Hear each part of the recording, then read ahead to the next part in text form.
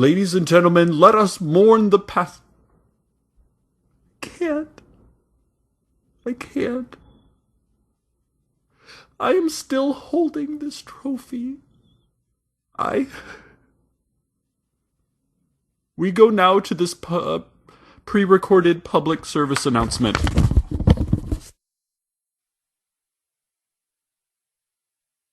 Scientists and science in general would like to remind you that some things exist and some things do not. Usually, you can apply the simple test of seeing if it is there. If it is there, it exists. If not, it probably doesn't. But it might just be currently existing somewhere else. Existence is tricky, the scientists say. Research shows this. For instance, there is that house in the housing development of Desert Creek out back of the elementary school.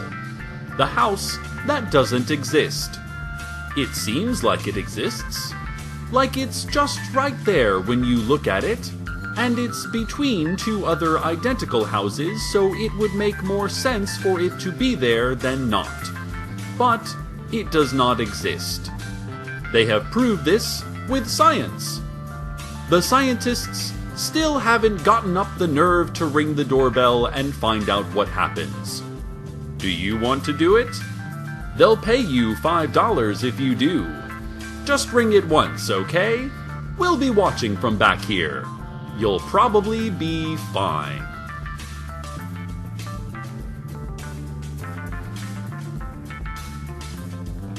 Ladies, gentlemen, how wonderful! Carlos is not dead at all. It seems that the Apache tracker ran in, crouching awkwardly through the pin retrieval area and shouting, "Nakonec moyo vremya podoshlo." He leapt into the pit, trailing his offensive feather headdress, and heaved Carlos up in a mighty bear hug, carrying him out of the pit while being attacked viciously by the miniature citizens of the miniature city. Even Jeremy, upset still about his ruined birthday party, couldn't help but cheer as the formerly false, now real Native American laid Carlos safely on the linoleum floor. Teddy Williams, who of course is also a licensed doctor, as all bowling alley owners are required to be, checked his wounds and indicated through a series of rhythmic hoots that Carlos will be, in fact, okay. He's okay. Never before in my career as a broadcaster have I gone through such a roller coaster of emotion and fear. To think that I had lost that most precious thing to me, the presence of Carlos in my life, and then to have it brought back so that I could appreciate it all the more. Oh, Carlos, all the words I would never have said to you. And the news that the city is in fact only a miniature city 10 feet down, well, that was startling as well. But it appears that all is well. And so I say to you, with a heart singing its way from heavy to light, good night, Night Vale, good... Oh no. I have just been handed a note. Oh. This is not good news. Ladies and gentlemen, in his valiant rescue of our beloved Carlos, the Apache tracker was mortally wounded.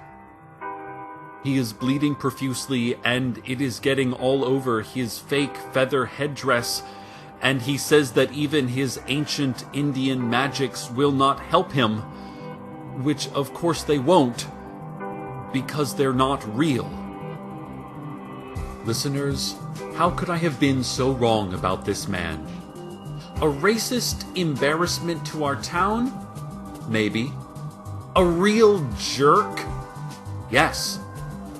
But he also was a man with Night Vale's best interests at heart, who worked closely with the angels and the mysterious man in the tan jacket to protect us from the miniature city under the bowling alley. And he, at the cost of his own life, saved Carlos. Carlos breathes, and soon the Apache tracker will not.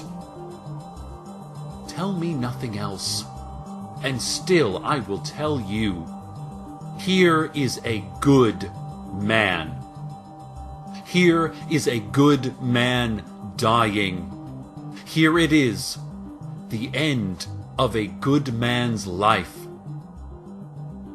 The Apache tracker spoke, not in a hoarse whisper, but with a clear, ringing voice addressing the sky hidden behind the styrofoam panels of the ceiling.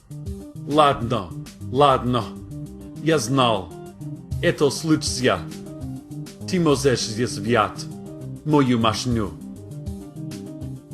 He said this, and then he died.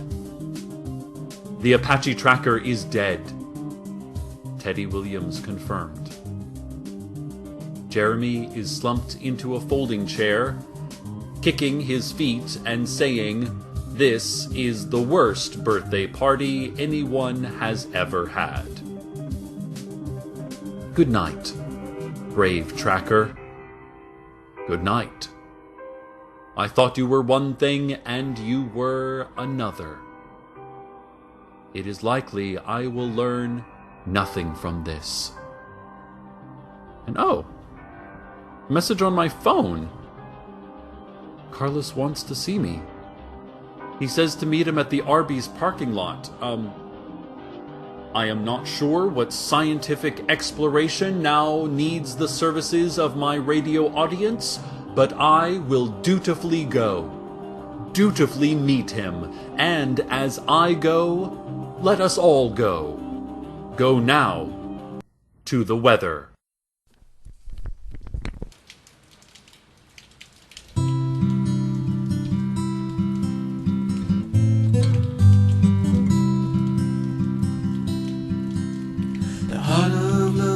Is patience and this coffee that I'm making, and you, 'cause outside kids are breaking on rocks of their own making, and we are breathing easy and seeing clear. I guess if I wanted to move now I could.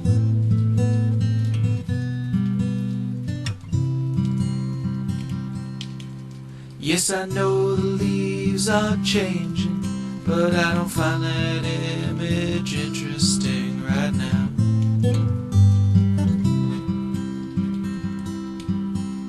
'Cause even as time's moving, it's just you in different clothing, and we are breathing easy and seeing clear. I guess if I wanted to move now I could.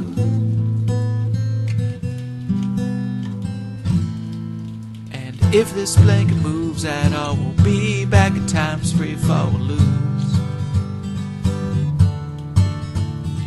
So hold on tight to last night, denial wrapped in morning light we choose.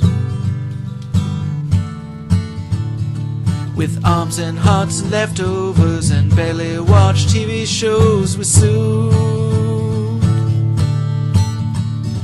I guess get dressed, rejoin the mess, but I think about that less and less with you.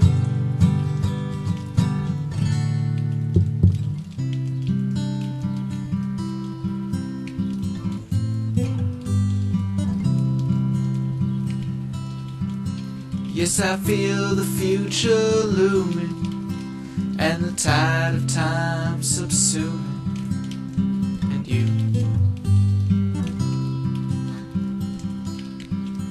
'Cause the warmth from your body makes this a Sunday morning stasis, and we are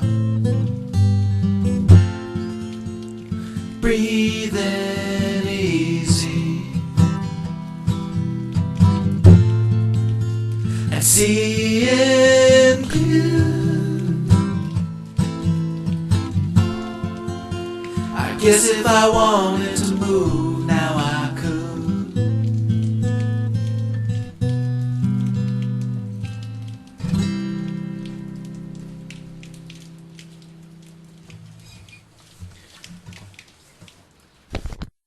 I arrived at the parking lot to find Carlos, perched on the trunk of his car in flannel and jeans, his perfect hair mussed, his perfect teeth hidden.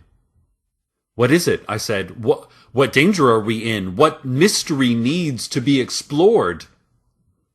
He shook his head. "Nothing," he said. "After everything that happened, I just wanted to see you." My heart leapt. My heart soared. My heart metaphorically performed a number of aerial activities, and literally it began to beat hard. "Oh?" I said, my voice more tremble than word.